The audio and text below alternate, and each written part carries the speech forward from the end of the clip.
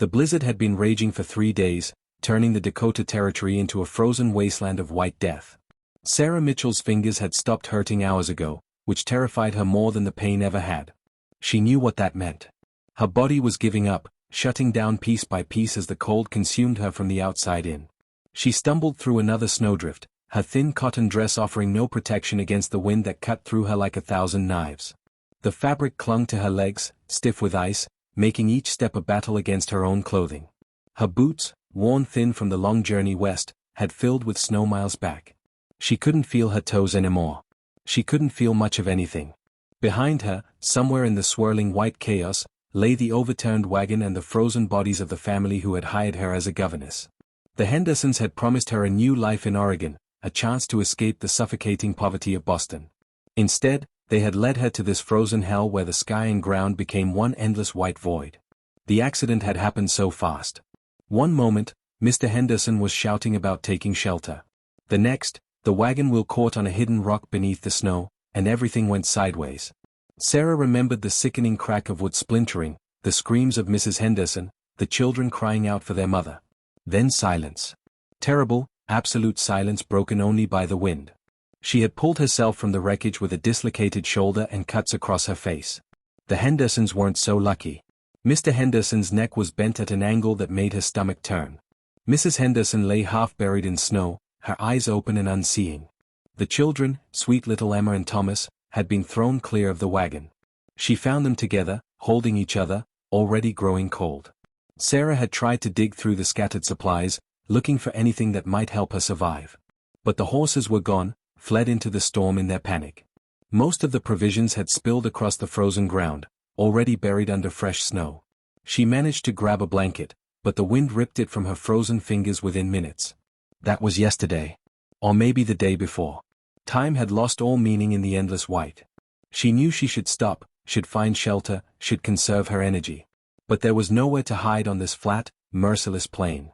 No trees, no rocks, no cave or canyon where she might escape the wind. There was only the cold and the snow and the growing darkness at the edges of her vision. Her mind began to play tricks on her.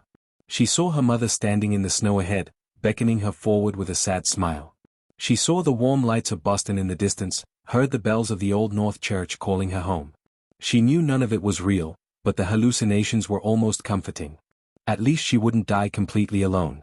Sarah's foot caught on something hidden beneath the snow, and she fell forward, her frozen hands too slow to catch herself. She hit the ground hard, her face pressing into the snow that had become both her enemy and her grave. She tried to push herself up, but her arms wouldn't respond. Her body had finally had enough. The wind howled around her like a living thing, piling snow across her back, her legs, her hair. She thought about fighting, about forcing herself to stand one more time. But what was the point? There was nothing ahead but more snow, more cold, more pain. At least if she stayed down, it would end quickly. The cold would take her, and she would sleep, and the suffering would stop. As the darkness closed in and the cold seeped into her bones, Sarah Mitchell's last conscious thought was a prayer. Not for rescue, because rescue was impossible. Not for warmth, because warmth was a memory from another lifetime. She prayed simply for the end to come quickly, for the frozen embrace of death to be gentle. She never felt the strong hands that lifted her from the snow. Tall Bear had been tracking the storm for 2 days, reading its path across the sky with the wisdom passed down from his father and grandfather before him. As war chief of his band, he knew these winter storms could destroy entire villages if caught unprepared. He had led his people to their winter camp in a sheltered valley 3 days before the blizzard struck, and now he rode out alone to ensure no stragglers from the hunting parties remained caught in the deadly weather. His horse, a sturdy paint mare named Wind Dancer, picked her way carefully through the deep snow. Tall Bear had wrapped himself in thick buffalo robes and fur, his face protected by a leather mask that left only his eyes exposed. Even with these precautions, the cold bit through to his skin. This was a killing storm, the kind that old men spoke of in warning when young warriors grew too confident. He was about to turn back when Wind Dancer suddenly stopped, her ears pricked forward. She snorted and pawed at the snow, her behavior telling him something lay ahead. Tall Bear trusted his horse's instincts more than his own eyes in weather like this. He dismounted and moved forward on foot, leading Wind Dancer by the reins. What he found should have been just another snow-covered mound, indistinguishable from 1,000 others across the frozen plain. But Wind Dancer had sensed what he could not see. As Tall Bear brushed away the snow, his hand touched fabric. Then hair. Then the unmistakable curve of a human shoulder. He worked quickly, clearing the snow away from the body with practiced efficiency. His first thought was that he had found a corpse, another victim of the brutal winter. But as he pulled the woman from her frozen grave, he felt the faintest warmth still radiating from her core. She lived, though barely. Tall Bear lifted her in his arms, shocked at how light she was, how fragile. Her skin was blue-white, her lips nearly purple. Ice crystals clung to her eyelashes and tangled in her brown hair. Her dress was ridiculously inadequate for this weather, the kind white settlers wore with their foolish disregard for the land's power. He could see the cuts on her face, the unnatural angle of her shoulder, the way her body trembled with violent shivers even in unconsciousness. He had a choice to make. His village was still 2 hours away, perhaps 3 in this storm. She would never survive that journey. But a mile to the east, he knew of a small cave where hunters sometimes sheltered. It was a risk to delay returning to his people, but leaving her to die was not something Tall Bear could accept. The spirits had led him to her for a reason. He mounted Wind Dancer with the woman cradled against his chest, wrapping his buffalo robe around both of them. Her body was so cold it felt like holding ice, but he could sense the tiny spark of life still flickering inside her. He urged Wind Dancer toward the cave, trusting the mare to find the way through the blinding snow.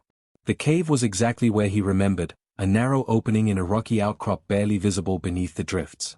Tall Bear carried the woman inside, grateful to escape the wind's constant assault. The cave was small but dry, and someone had left a store of firewood from a previous hunt. Within minutes, he had a fire blazing, filling the small space with warmth and light. Now came the real battle.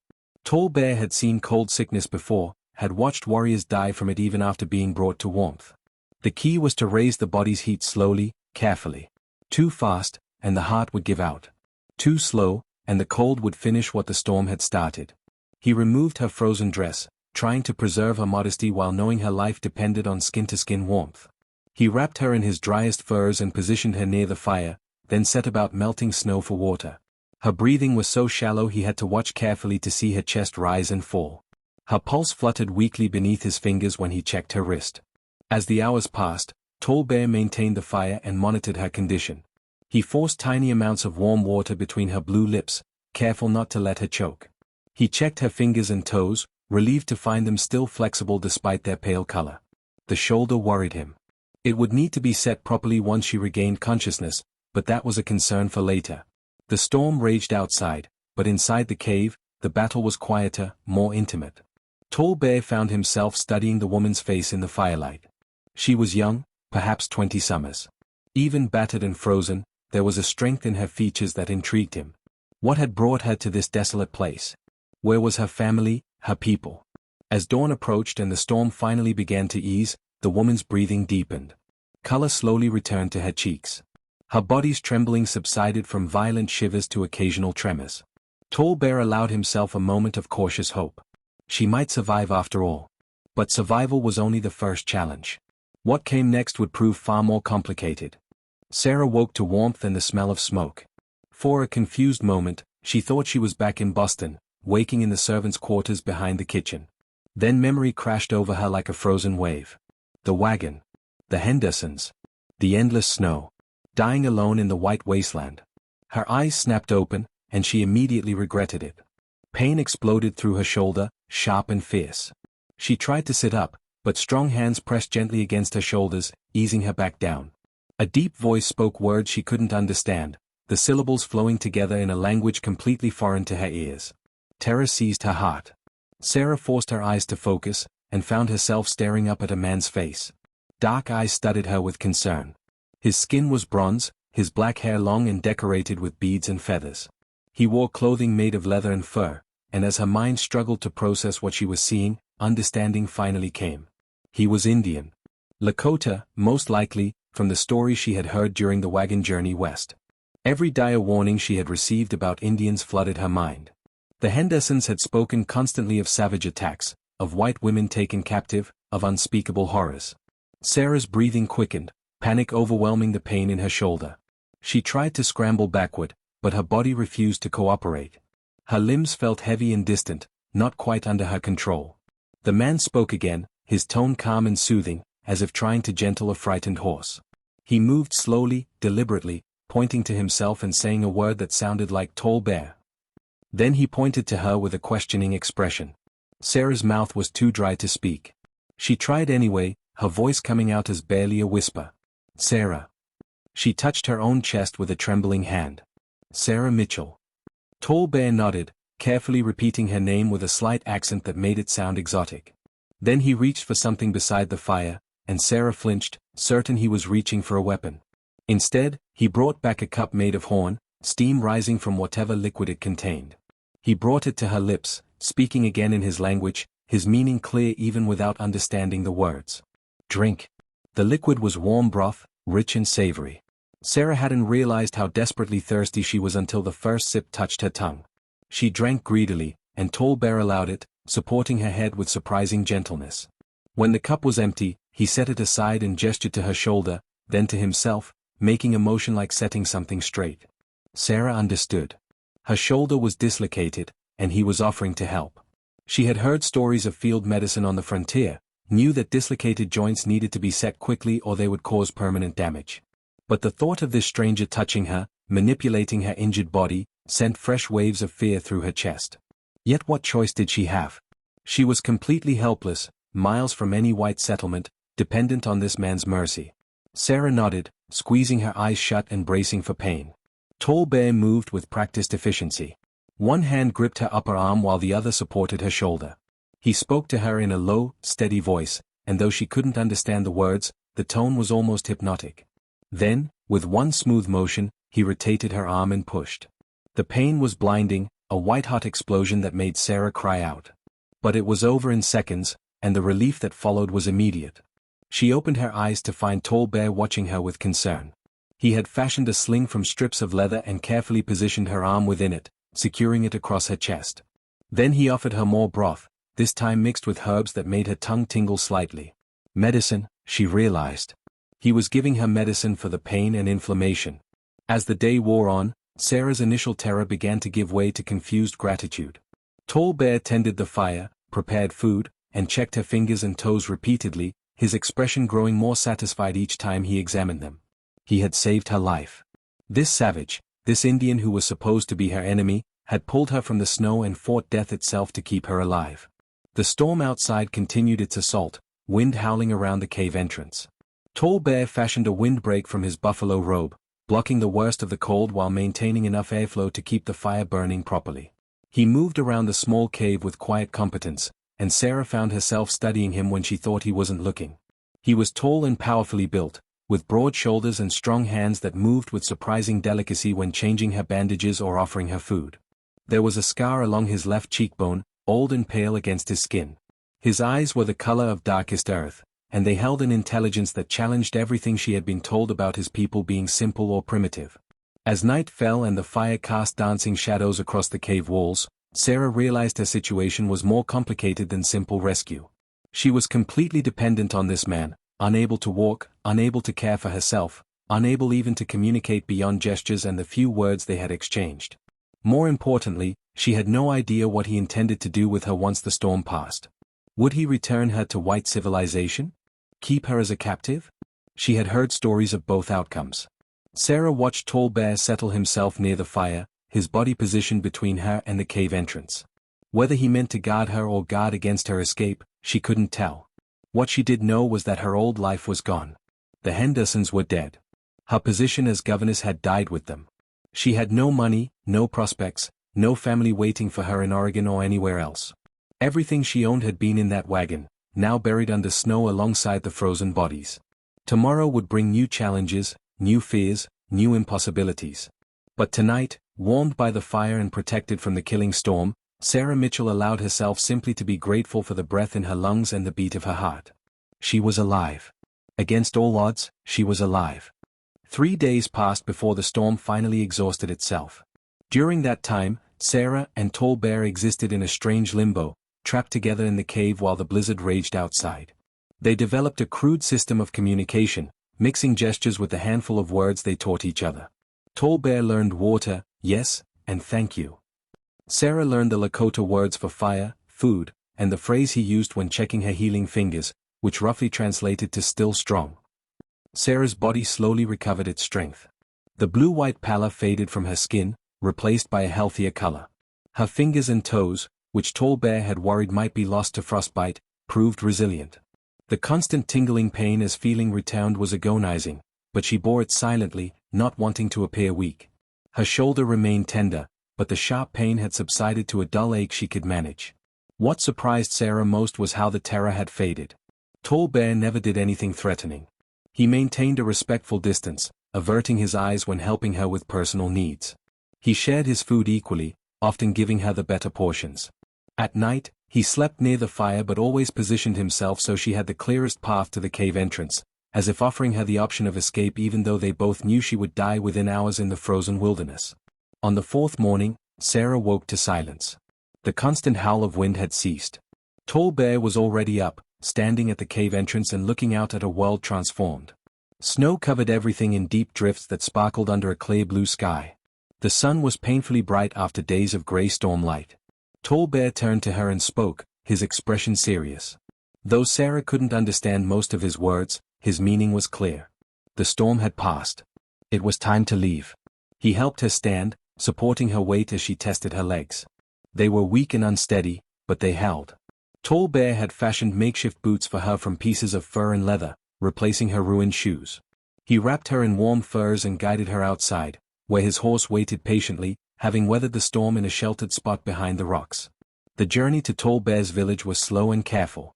Sarah rode in front of him on the horse, wrapped in his buffalo robe, while he guided the animal through the deep snow. She had expected to feel afraid as they traveled deeper into Indian territory, farther from any white settlement. Instead, she felt a strange sense of inevitability, as if this was exactly where she was meant to be. They crested a ridge as the sun reached its zenith, and Sarah saw the village spread out in the valley below. Dozens of lodges arranged in a great circle, smoke rising from their peaks. People moved between the structures, small figures from this distance but clearly busy with daily tasks. Dogs barked. Children played. It looked nothing like the savage war camps she had imagined. As they descended toward the village, people began to notice them. Work stopped. Heads turned. By the time they reached the outer edge of the camp, a crowd had gathered. Sarah heard murmuring, felt dozens of eyes studying her with open curiosity and, in some cases, clear hostility. Tall Bear spoke to the crowd in a commanding voice, and Sarah heard her name among the flowing Lakota words. An older woman pushed through the crowd, her face lined with age but her eyes sharp and assessing. She and Tall Bear had a rapid exchange that Sarah couldn't follow, though she caught the older woman's skeptical glances in her direction. The woman gestured, and Tall Bear helped Sarah down from the horse. Her legs nearly buckled, but strong hands caught her. The older woman barked what sounded like orders, and two younger women appeared, taking Sarah's arms and guiding her toward one of the larger lodges. Sarah looked back at Tall Bear, panic rising. He was her only anchor in this strange place, the only person she had any connection with. He met her eyes and nodded, speaking a single English word he must have been practicing. Safe. The lodge was warm and dim, lit by a central fire. The older woman, who Sarah would later learn was called Winona and was Tall Bear's aunt, examined her with hands that were surprisingly gentle despite her gruff manner. She checked the healing shoulder, studied Sarah's fingers and toes, and made small sounds of approval at what she found. Then she produced a set of clean buckskin clothing and gestured for Sarah to change. The transformation was startling. When Sarah emerged from behind the privacy screen wearing Lakota clothing, her brown hair braided simply down her back, she barely recognized herself. The buckskin dress was soft and warm, decorated with blue beads along the shoulders. Matching leggings and moccasins completed the outfit. Winona nodded approvingly and said something that made the other women giggle. Over the following days, Sarah began to understand the delicate position she occupied in the village. She was neither captive nor guest, neither enemy nor family. She existed in a strange middle ground, her fate undecided. Tall Bear had claimed responsibility for her by bringing her to the village, but what that meant remained unclear. Some villagers were openly hostile, viewing her as a representative of the white people who had broken treaties and brought disease and war. Others were merely curious, treating her like an exotic animal at a menagerie. But a few, particularly some of the older women and children, showed her genuine kindness. Winona appointed herself Sarah's teacher, apparently deciding that if this white woman was going to stay in their village, she needed to learn proper behavior. Sarah found herself learning to prepare food the Lakota way, to identify useful plants, to speak basic phrases. The language came slowly, but each new word felt like a small victory. What Sarah didn't see was Tall Bear. After that first day, he seemed to deliberately avoid her. She caught glimpses of him moving through the village, always surrounded by other warriors, always busy with important matters. When their eyes occasionally met across the camp, he would nod respectfully and move on, as if she were simply another villager rather than the woman whose life he had saved. The distance hurt more than Sarah wanted to admit. She told herself it was only because he was her sole connection to this strange new world, the only person who had shown her kindness when she most needed it. But late at night, lying in Winona's lodge and listening to the unfamiliar sounds of the village settling into sleep, Sarah knew it was more than that. Tall Bear had become her anchor in ways that went beyond mere survival. Spring came late to the Dakota Territory that year, but when it finally arrived, it transformed the frozen wasteland into a landscape of startling beauty. Wildflowers bloomed across the prairie. The river that had been locked in ice ran free and swift. The village emerged from winter's grip with renewed energy, and Sarah emerged with them, no longer quite the same woman who had been pulled from the snow. She had spent 4 months among the Lakota, and in that time, she had learned their language well enough to hold real conversations. She could prepare pemmican and tan hides. She knew which plants were medicine and which were poison. She understood the intricate social structures of the village, the respect accorded to elders, the responsibilities of different societies. She had even been given a Lakota name by Winona, Wengli Wieng, Eagle Woman, for reasons the old woman claimed would become clear in time. What Sarah had not learned was Tall Bear's heart. He remained distant, polite but formal whenever their paths crossed. She had learned from village gossip that as war chief, he was expected to marry, and several eligible women had made their interest clear. Stans Tall, the daughter of a respected elder, was particularly persistent, often finding reasons to appear wherever Tall Bear happened to be. Sarah told herself she had no right to feel the sharp sting of jealousy that struck whenever she saw Tall Bear speaking with Stans Tall. He had saved her life and given her shelter, but that created no obligation beyond basic human decency. She was a white woman in a Lakota village, accepted but not truly belonging. Whatever she felt for the war chief with gentle hands and earth-dark eyes was her own foolish problem to manage. Then came the day the white soldiers arrived. Sarah was gathering water at the river when she heard the commotion. Horses. Many horses. She ran back toward the village with her water basket forgotten, her heart pounding with dread. A column of cavalry had appeared on the ridge, at least 30 men with rifles and cannon. The village erupted into controlled chaos. Warriors grabbed weapons. Women gathered children. Elders moved to defensive positions with the efficiency of long practice. And Tall Bear strode forward to meet the soldiers, his bearing proud and unafraid, even facing such overwhelming force. The captain who led the soldiers was young and nervous, his hand never far from his pistol. He had an interpreter, a mixed-blood scout who translated as the captain demanded to know if the village held any white captives. His eyes scanned the assembled Lakota with obvious suspicion. Sarah knew she should step forward, should identify herself. These were her people, come to rescue her from savage captivity. This was her chance to return to civilization, to safety, to the world she knew. She should be grateful. Instead, she found herself stepping back, pulling the hood of her buckskin dress forward to shadow her face. Not yet. She needed to understand what was happening before revealing herself. Tall Bear responded to the captain's demands with quiet dignity, explaining through the interpreter that all people in this village were here by choice. The captain didn't believe him. He insisted on searching the lodges, and Tall Bear, knowing that resistance would mean bloodshed, agreed with visible reluctance. Soldiers fanned out through the village, rifles ready, treating every lodge as a potential threat.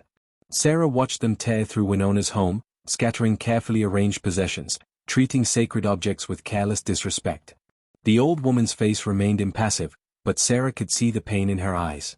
When the soldiers found nothing, the captain grew agitated.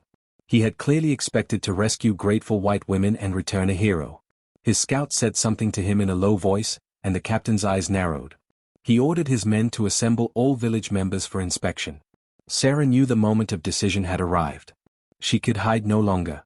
As she stepped forward into the central circle where the Lakota were being herded like cattle, the afternoon sun caught her face. The captain's eyes locked onto her immediately.